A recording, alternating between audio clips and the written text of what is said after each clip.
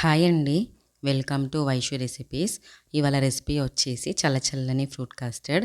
ఈ ఎండాకాలంలో ఇలా చల్లగా ఫ్రూట్ కస్టర్డ్ చేసుకొని తింటుంటే చాలా అంటే చాలా బాగుంటుంది. బయటకు ఎండకు వెళ్ళేసి వచ్చి ఇంట్లో ఫ్రిడ్జ్లో నుంచి కస్టర్డ్ తీసుకొని తింటే చాలా బాగుంటుంది.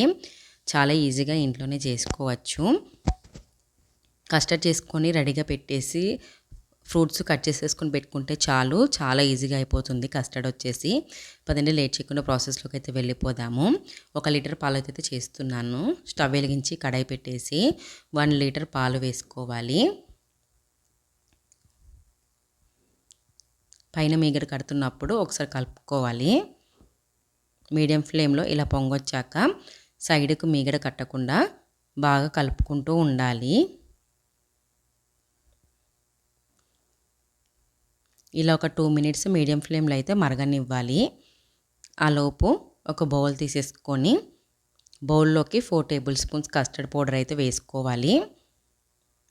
1 లీటర్ పాలు కాబట్టి 4 టేబుల్ స్పూన్స్ కస్టర్డ్ పౌడర్ పడుతుంది. 1/2 లీటర్ పాలు అయితే 2 టేబుల్ స్పూన్స్ కస్టర్డ్ పౌడర్ పడుతుంది. కాచి చల్లార్చిన పాలు సగం గ్లాస్ వేసుకొని ఉండలు లేకుండా బాగా కలుపుకోవాలి. ఇప్పుడు మరుగుతున్న పాలల్లో 180 గ్రామ్స్ షుగర్ అయితే వేసుకోవాలి. 150 నుంచి 180 గ్రామ్స్ అండి. స్వీట్నెస్ బట్టి వేసుకోండి. షుగర్ అంతా మెల్ట్ అయ్యే వరకు మంచిగా కలుపుకోవాలి. ఇప్పుడు మనం మిక్స్ చేసుకున్న కస్టర్డ్ పౌడర్ ఉంది కదా, అది కూడా వేసుకుంటూ ఉండలు లేకుండా బాగా కలుపుకోవాలి. కింద అడుగు అంటకుండా సైడ్కి మీగడ కట్టకుండా ఉండలు లేకుండా బాగా కలుపుకోవాలి. ఇలా 2 మినిట్స్ మీడియం ఫ్లేమ్లో కలుపుకుంటూ ఉండాలి. చూడండి కస్టర్డ్ వచ్చేసి థిక్ కన్సిస్టెన్సీ వచ్చింది ఆల్రెడీ. చూడండి కన్సిస్టెన్సీ విధంగా వచ్చినప్పుడు స్టవ్ అయితే ఆపేసేయాలి. పక్కకు తీసేసుకుందాము. పైన మీగడ కడుతుంది కదా చల్లారుతున్నప్పుడు దాంట్లోకి గరిటెతోటి కలుపుతూ ఉండాలి. చూడండి గోరువెచ్చగా అయిపోయింది. ఇప్పుడు ఈ కస్టర్డ్ని ఇంకొక బౌల్లోకి అయితే ట్రాన్స్ఫర్ చేసుకుంటున్నాను.